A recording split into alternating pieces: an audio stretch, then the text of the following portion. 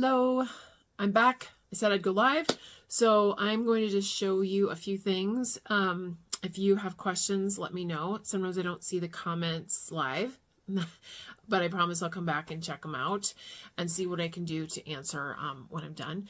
I have a lot I want to show you, so hopefully you'll stick around and see it all, because these are some of my key essentials that I just want to make sure that you don't miss out on. One is, this is one of our gathered goods items that comes in one of the curated groupings, the story dice. And I don't know if you've ever had anything like this, but these are 2 dice that you get that have all of these different sides. And what they are is, one is the learning theme and the other is book activities. And so after you're reading a book, you can do more with it.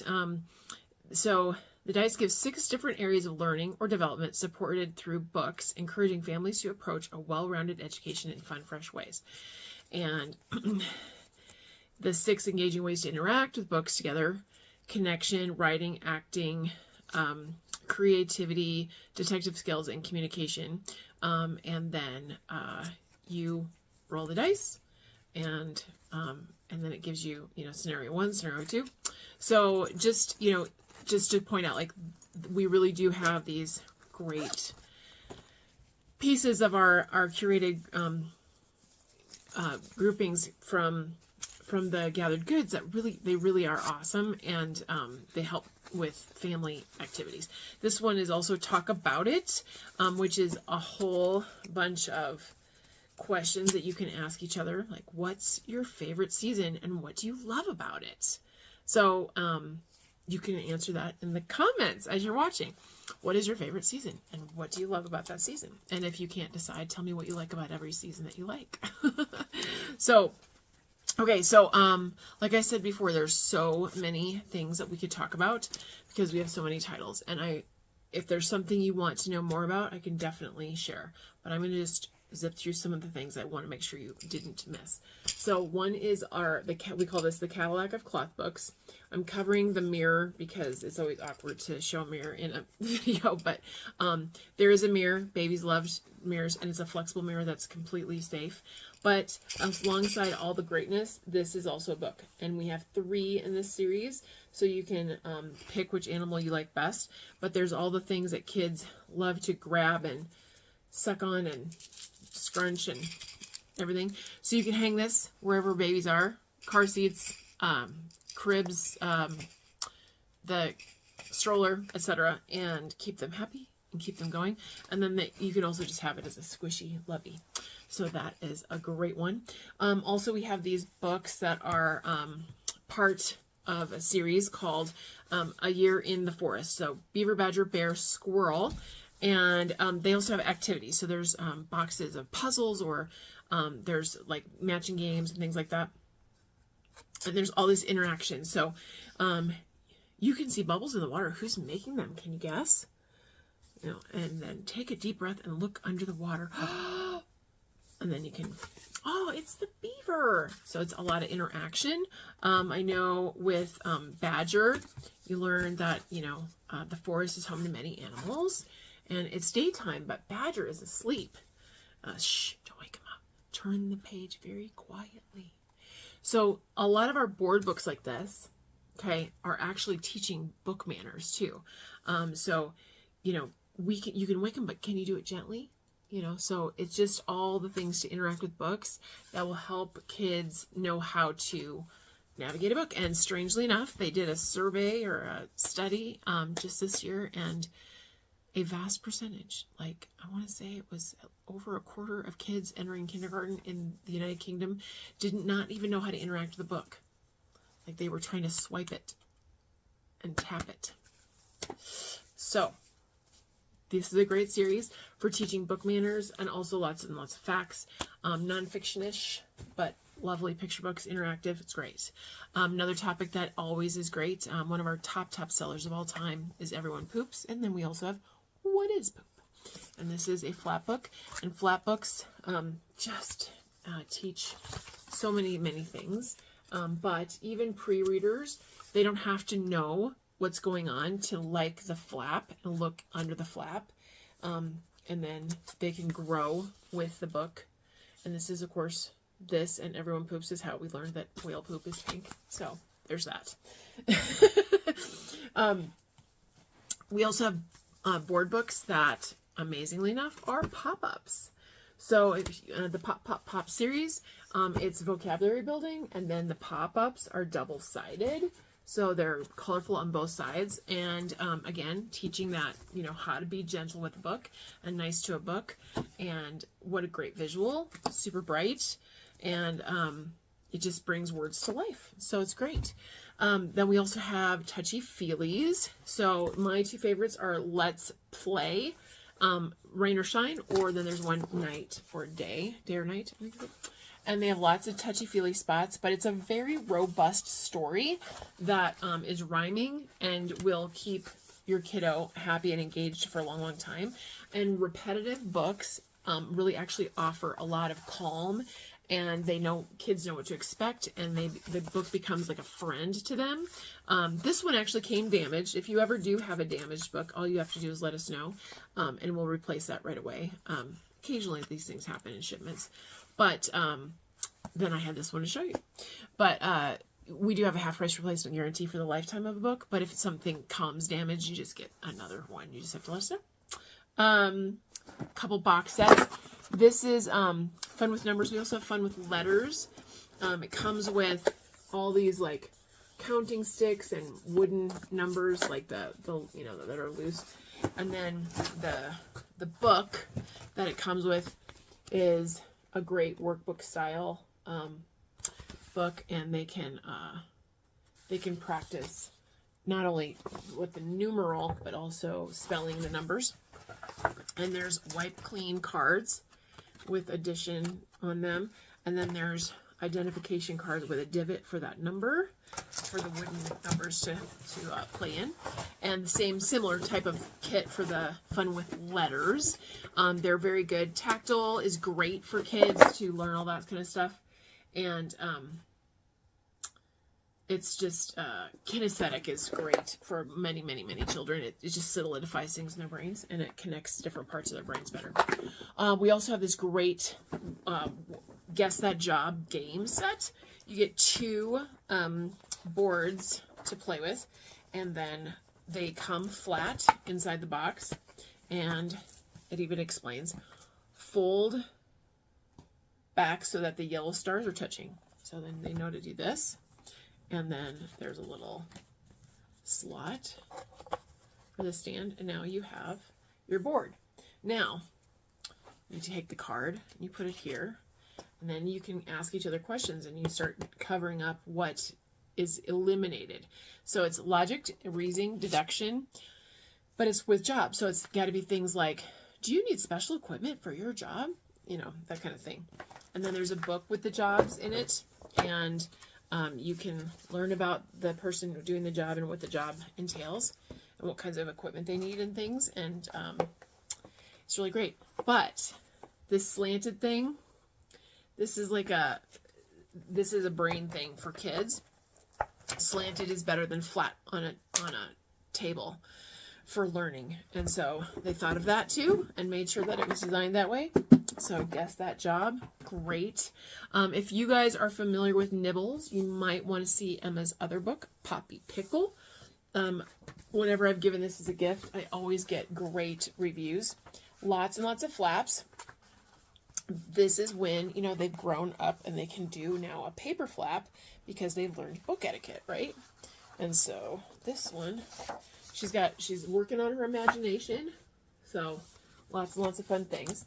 So Poppy has an extraordinary imagination, and sometimes it gets her into a bit of a pickle. What will happen when she conjures up a room full of creatures and needs to get rid of them fast?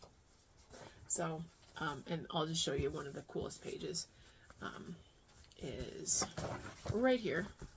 So it took Poppy all afternoon to clean up the mess. When she finally finished, it was dinner time, but she was still in trouble, big trouble. Poppy, you can't blame imaginary things. You mustn't make things up. I'm not making things up. I'll show you. I present to you the incredible and the amazing. And then here she is right here. And she goes like this. And then the whole page, sorry, doing this backwards, folds out of her imaginaries are there suddenly in her face. Isn't that great? So Poppy Pickle, might want to take a peek at that. The Book Without a Story. Thank you. I'll eat later. The Book Without a Story. No, please don't do that. I love you. I'm live right now, and I need you guys to just thank you. My sons are trying to make sure I'm fed. The Book Without a Story is a great little book here, and it's my heartstrings book because there's this little book that isn't getting checked out at the library, and it's sort of a little bit like Toy Story, where at night all the books come alive, and so they help the book get down from the shelf so that a child can find the book. And this little boy finally sees the book, and then we know what the book is about. It's about dinosaurs. So just a really fun twist on, books, but also just, maybe the child will go, what haven't we read lately? Repetition is great, but so is fresh. Sally Rippin, she has done a lot of helping kids to learn to read. Hey Jack, Billy B. She signed this one for me, and this one is part of the School of Monsters. So the kiddos are learning how to read with School of Monsters, and now they get to learn about what the parents do for jobs. But just like in School of Monsters, you can read this, and then the child is just going to look at first for that word that is in a different color. And the illustrations by Chris Kennett are just phenomenal, and lots of things to talk about, lots of things to do. And so you don't have to read the book cover to cover. It's just great to just do a couple pages at a time if you like. And then at the end, there's time to find and time to count. And then there's even a worms and ladders game at the end with words.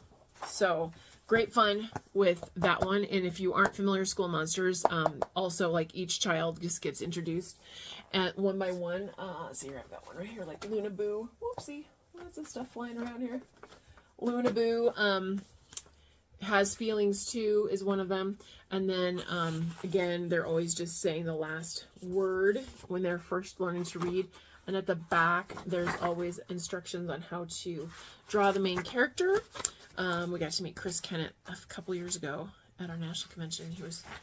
He told us how he always does that in his books whenever possible. And then new words that you learned in that book. So that's a good one. So this goes along with that, wheels and springs and moving things. Do you guys know Shine-a-Lights? Hopefully you do. Probably. I don't know. So Shine-a-Light, you shine a light behind the pictures for extra fun and a surprise. If you aren't familiar with them, you should be, because they're great. But in this one, it's all about the human body. So some pages is fingerprints or nerves or blood vessels, lungs. But this one is going to show you that there's a little baby growing inside this mommy. And I'm going to try to do this. I'm never good at this from here. But here's a flashlight. And then look at that. You can see it through the page. And then you can turn the page and read more about it. Whatever you've just seen. So that's fun. Yeah, again, if you're making comments, great. I'll get to them later. I still can't see anything. And then we have funny books. If you like funny is great. Prince, the Witch, Thief, the Bears. I got to bling this when we were at a leadership conference. And this one, Jamie Wants a Bedtime Story. And there's 2 more in this series so far. Hopefully more.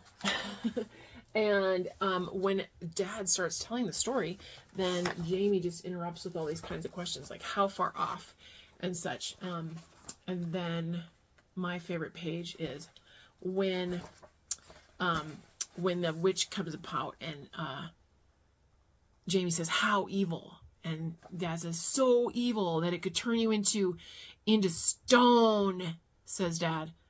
Or Jello, asks Jamie. No, stone. Or Jello sometimes. So you could imagine these things getting turned into stone or maybe Jello. So just really, really funny series. I highly recommend. And then one of the funniest books, also very rhyming and silly, is Holy Moly. And this is Gus the goat meeting Mavis the mole, and he cannot let her speak. He just interrupts her all the time. "Hello, I'm Gus the goat. You must be Mavis Mole, I live in a... Wait, let me guess. Mavis Mole, you must live in a hole. And it just goes wild. A mole in a hole, moly in a hole, holy moly. No, I live in a bowl. Like, it just keeps going with all the rhymes. On a pole. So it just goes and goes and goes until it's guacamole, rock and rolly. I mean, it just goes on and on. And then at the very end of the story, a little bit of a spoiler here, but, you know, you live in a hill. What? Yeah, here it is. That's not a hill. This is a hill. That's rude. And then he talks about what his hill is like, and you get an idea of what it is. And then I don't live on the hill part. I live under it, underground. Oh, underground, you say? Like a hole? Really great. I insist you get this one. It is so good. Another one I got to bling, folk stories. Really, really great. If you've never blinged a book, I'm planning to do it on the regular, and we could even do it together. But this one has lots of folk tales that are, some of them are kind of not the ones you necessarily know, but they're beautifully illustrated, and they're all kinds of different stories. Some that you're like, oh, I think I know that one, and some you're like, I've never heard this one. And they're great for those kids who want a little bit of a longer story at bedtime, and maybe just a couple pages will do. And then I love it because there's a glossary. So you get to learn new words as you go. And then, we have like the learning kits, but we also have toy type kits, one of which is called Busy Town. And you get all of these cards that you can make into roads. They're double-sided. And they're easy for little hands to put together. So getting it onto a hard surface, like a wooden floor or the kitchen floor, you know, tile floor, and then you can play with any kind of cars or any kind of vehicles or whatever you want on these. Got all the different buildings that could be on the sides. There's many, many pieces in the set. And then there's also a play set. If you'd like to have a play set made of this type of material, so that if they throw it, it's not going to hurt anybody. No chokables, that kind of thing. And there's stop signs and construction and, you know, and then vehicles that you can put together as well. That's a really good one. For older kids, we do have the tiny kits, like tiny volcanoes, tiny baking. There's a lot of these. There's also other science kits to like learn about weather or the outdoors or bugs or all kinds of different ones. Squishy Human Body, Ultimate Squishy Human Body, very, very popular.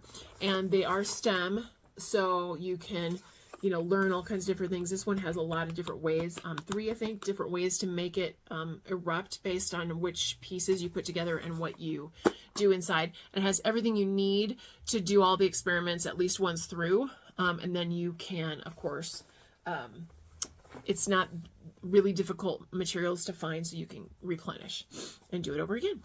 Another great one is Scissor Skills. Is just that scissor skills are, for some reason, very... it's just, I'm learning more and more from teachers all the time that this is an area that kids really need more practice with. And so you can just have this at home and pull out a page and help them to work on their scissor skills. It's a really essential thing for eventually right, left brain cognition stuff. So, but also fine motor skills and various things. Now, I want to show you one that's actually for all ages, but even adults love this series. And I don't have the ones that are in stock right now, but this mandala art. But I just wanted to show you what they look like so you can see how beautiful and exquisite the details are on all of these pages. And they're all individual pages are super thick, and you can pull them out. They're so thick. So you can use all kinds of different art materials with this. You can paint them. You can use crayons. You can use pencils. You can use watercolor pencils. You can use markers because the pages are so thick. So that is a great one for all ages. And sometimes we even do book drives for like senior centers to make sure that they have those kinds of things, because that is something that can, they lose their fine motor skills as they get older, and they may also need to use that kind of in therapy. And so they'll have activities with them and down in the activities room at retirement homes, and they always need things like that. And so that's kind of a fun one to do. They always need all those consumables. Okay. I mentioned we have a lot of fiction. We do have a lot of fiction. So I could talk about this for hours, but if you have different ages. So Hey Jack is going to be right after School Monsters. It's one of the first readers. Billy is his best friend. Then we also have graphic novels for all ages, which are really fun. Adventure Mice is one of my faves. You can follow Reeve and McIntyre on Instagram. They have great art stuff. Felice Arena does historic fiction that is incredibly accurate and really fun, incorporating the language of whatever epic and era and location he's in. And then Einstein the Penguin, super fun. This is a hardcover of the first book. There's paperbacks of all three, and this is just, it's like a Paddington Bear meets a detective story. And the first one also has a Christmassy section to it because of the time of year. And then we have the escape rooms, all ages fun for escape rooms. We have a bunch of stuff in the envelopes to pull out, and you can, sometimes it's things to punch out, sometimes it's things to build. And every single page is a riddle or a puzzle, just like an escape room. One after another, you have to solve them to get to the next one. So this makes a great all ages activity for the family. And then we always say all by themselves, like probably 9 and up. 9 and up is great for like birthday party or, we did a conference one time and there were these girls that were like the daughters of the people running the conference, and they ended up going through every single one that we have in this series. They came and they would be sprawled out all over the place in the corner of the conference room and working on the puzzles and figuring it all out. And then, because part of it is that you don't know what page the clues go to. And then they'd get done with one and they'd come get the next one. And they were entertained and educated for 2 full days at that conference. They had so much fun with that. And they were all like 12, 13, 14 years old. Okay, I'm going to end with Nibbles because Nibbles is some of our top sellers. All Better is actually super #1. And I'm sure you know about that one already, but if not, tell me, because All Better is great, and there's a bunch of those.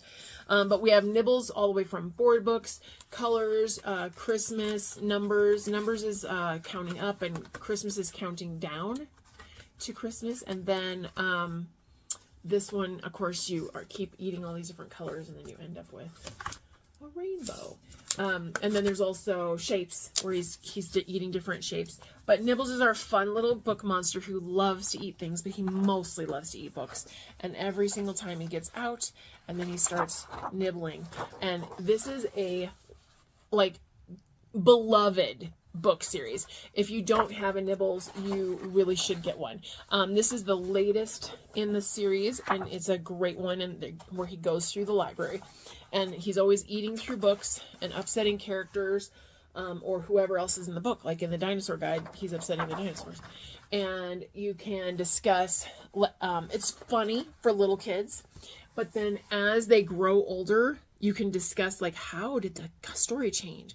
And what would you do now? Or how was it supposed to go? Do we have this story in our house? Where's the original? Let's compare. You can like have it be a writing prompt. Like, how would you finish the story now that he's interrupted? So many different things you can do with this, including, I might add, that it is tons of different fonts.